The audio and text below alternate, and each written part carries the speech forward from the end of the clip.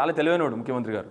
ఇప్పుడు అదే స్ట్రాటజీ చేస్తున్నాడని డౌట్ వస్తుంది. ఆల్రెడీ ఎరువులు లేదు, సగం దిగుబడి వస్తుంది. ఇప్పుడు నువ్వు కొనాల్సిన అవసరం ఉండదు. ఇక నువ్వు వరి కొనాల్సిన అవసరంకి ఏం లేదు, దిగుబడి లేదు కదా, దిగుబడి సగం అయిపోతుంది ఈసారి. ఎందుకంటే ఈసారి ఎక్కువ పంట వేసారు ఈసారి, ఎందుకంటే వర్షాలు పడ్డాయి కాబట్టి పంట ఎక్కువ వేసినారు.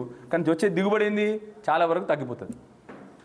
మళ్ళీ ఓకే అట్లనే ఇప్పుడు ఈ మొక్కజొన్నలు కూడా అదే పరిస్థితి వచ్చింది. సగం దిగుబడి పోయింది, సగం పంట కూడా రాలేదు. దాంట్లో మళ్ళీ వర్షాలు పడతా ఉన్నాయి. మళ్ళీ ఇప్పుడు ఉన్న పంట కూడా పోతుంది.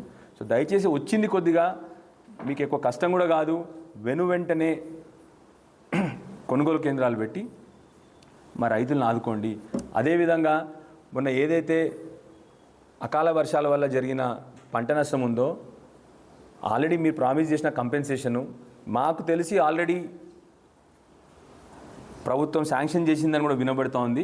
దయచేసి వెంటనే రైతులకు వచ్చేటట్టు చూసుకోండి. లేకపోతే వాళ్ళు మనం చేసిన హైదరాబాద్లో మూసి పక్కన ఖాళీ చేయకపోతే గేట్లను ఒకటేసారి ఎత్తేసిండు. కావాలని స్టోర్ చేసి మామూలుగా ఏం చేస్తారు, ఒక గేటు 2 గేట్లు 3 గేట్లు అలా ఎత్తుకుండా పోతారు. ముఖ్యమంత్రి గారు ఏం చేసిండ్రు, వాటర్ స్టోర్ చేసి మొత్తం ఒకటేసారి 7 గేట్లు ఎత్తేసిండు. 7 గేట్లు ఎత్తేసరికి మూసి పరివాహక ప్రాంతంలో ఉన్న ఇళ్ళన్నీ నీళ్ళలో మునిగిపోయినాయి అని స్ట్రాటజీ ఎట్లుంటుంది. చాలా తెలివైనవాడు ముఖ్యమంత్రి గారు.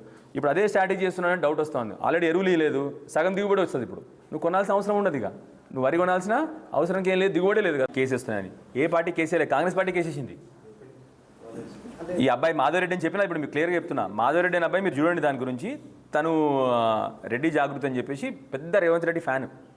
అసలు రేవంత్ రెడ్డి కోసము చక్రాలు నడుపుకొని తిరిగిండు మన ఎలక్షన్లలో. ఆయనే కేసేసిండు. ఆ కేసు ఎవరు కొట్లాడుతున్నాడు అనుకున్నావు, మయూర్ రెడ్డి అని చెప్పి సుదర్శన్ రెడ్డి గారి తమ్ముని కొడుకు.